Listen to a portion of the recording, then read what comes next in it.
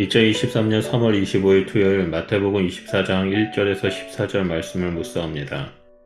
성전 뜰에서 종교 지도자들을 향해 7가지 화를 선포하신 후 예수님의 마지막 5번째 가르침이 시작됩니다. 주제는 성전 파괴와 세상의 종말입니다. 예수님은 제자들과 함께 성전 뜰을 나오기 직전에 성전 건물을 가리켜 돌 하나도 돌 위에 남지 않고 무너지게 될 것이라고 말씀하십니다. 헤롯의 위에 더욱 견고하고 화려하게 보수 중축이 되었던 이 거대한 석조물이 완전히 파괴될 것에 대해 들은 제자들은 충격을 받습니다. 역사적으로 보면 주 70년에 로마 황제 베스파시안의 아들 티투스 장군에 의해 기초성만 남긴 채 성전 형태는 모두 사라지게 됩니다. 마태복음이 추후 60년대에 기록되었다면 그날에 매우 가까웠을 것이고 70년 이후에 읽은 독자들은 성취된 두려운 현실을 경험했을 것입니다. 예루살렘의 성전이 파괴된 근본적인 원인은 그들이 하나님을 떠났고 하나님이 그들을 떠나신 결과 때문이었습니다.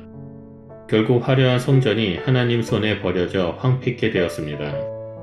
예수님은 성전에서 나와 갈람산으로 오르시고 앉으십니다. 3년 전 산에 오르시고 앉으사 하나님 나라의 새 질서인 팔복을 선포하셨던 그때처럼 이제 마지막으로 산에 오르셔서 마지막 가르침을 주십니다. 이때 제자들이 예수님께 조용히 다가와 묻습니다. 성전 뜰에서 나오기 전 예수님께서 하신 말씀에 궁금증이 해결되지 않았기 때문입니다. 제자들의 궁금증은 자연스럽게 종말의 주제로 미끄러져 들어갑니다. 그들의 질문은 2가지 질문이었습니다. 첫 번째로 언제 그 같은 참혹한 일이 일어날 것이며 둘째로 주의 임하심과 세상 끝이 올 때 그 징조가 무엇이냐라는 것입니다. 제자들은 이 2 질문을 동일한 시기에 영속적인 사건으로 생각했을 것입니다. 하지만 마태는 제자들의 질문에 대한 예수님의 답을 통해 성전 파괴 예고가 다만 성전에 대한 심판만이 아니라 궁극적인 재림과 종말의 완성이라는 주제로 확장해 갑니다. 따라서 예수님의 가르침도 이 2가지에 대한 답변으로 구성되어 있습니다. 예수님께서 가장 먼저 꺼내놓은 말씀은 장차 올 사람들의 미혹을 조심하라는 경고입니다. 예수님은 제자들에게 장차 적지 않은 자들이 자신의 이름을 빙자하고 도용해 그리스도를 자처하며 사람들을 미혹할 것을 말씀하십니다. 그리고 그 가정에서 난리와 난리 소문을 들을 것이라고 말씀하십니다. 하지만 제자들은 그 일을 두려워할 필요가 없습니다. 그것이 세상의 끝이 아니기 때문입니다. 여기서 예수님이 말씀하신 끝은 앞서 제자들의 질문에 등장한 세상의 끝입니다. 그 끝은 14절에 등장합니다. 6절에서 거짓 그리스도와 난리와 난리 소문은 아직 끝이 아니며 14절에 그제야 끝이라고 했으니 이 둘은 같은 것이라 볼 수 없습니다. 14절은 천국 복음이 온 세상에 전파되는 것이 끝의 일을 조건으로 선명하게 제시됩니다.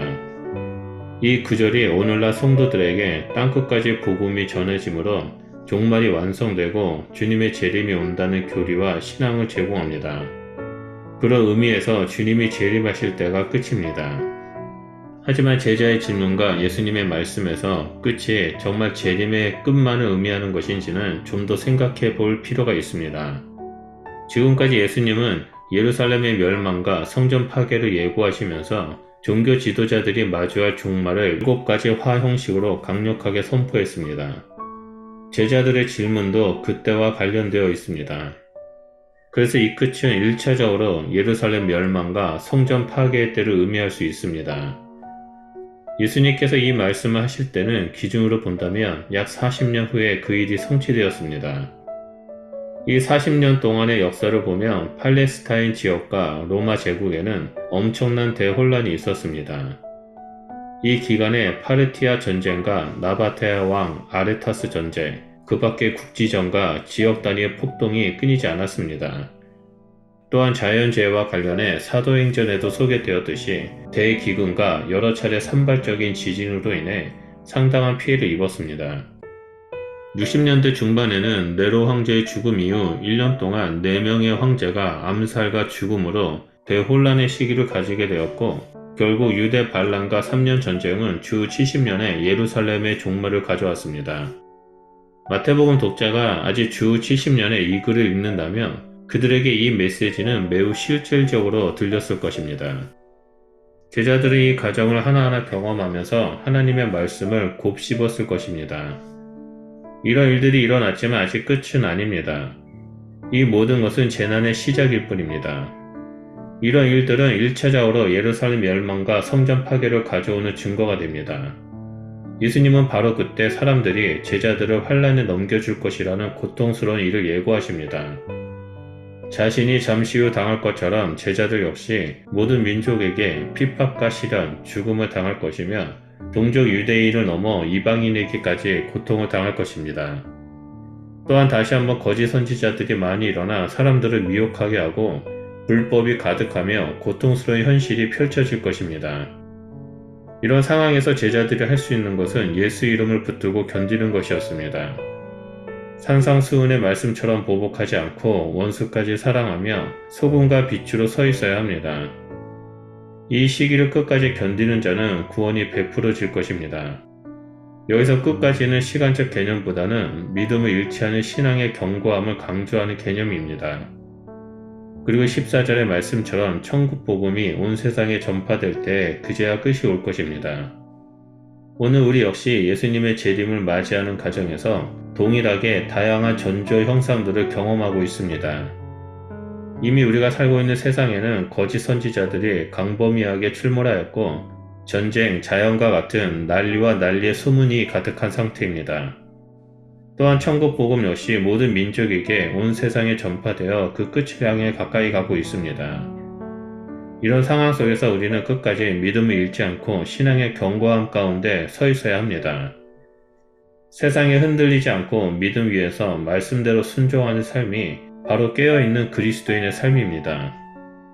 마지막 때를 살아가는 우리 브리스번 시티 순복음교회 성도님들은 늘 깨어있는 신앙을 소유하며 믿음의 길을 걸어가는 참된 그리스도인이 되시길 우리 주 예수 그리스도 이름으로 축원드립니다. 기도하겠습니다. 하나님 말씀을 통해서 마지막 때에 살아가야 할 우리들이 어떻게 살아가야 하는지를 보게 해주셔서 감사합니다. 우리가 마지막 때의 시대를 분별하며 오직 예수 그리스도만을 붙잡고 믿음의 길을 걸어가겠습니다. 우리가 하나님의 뜻을 쫓아 그 말씀에 순종하며 나아갈 때 다시 오실 주님의 길을 예비하고 주님을 맞이하는 거룩한 신부가 될 수 있도록 인도하여 주시옵소서. 그래서 이 땅에서 거룩한 하나님의 백성, 성화된 그리스도인의 삶을 살아가는 주의 자녀가 될 수 있도록 함께하여 주시옵소서. 우리와 동행해 주심을 감사드리며 예수 그리스도 이름으로 기도드립니다.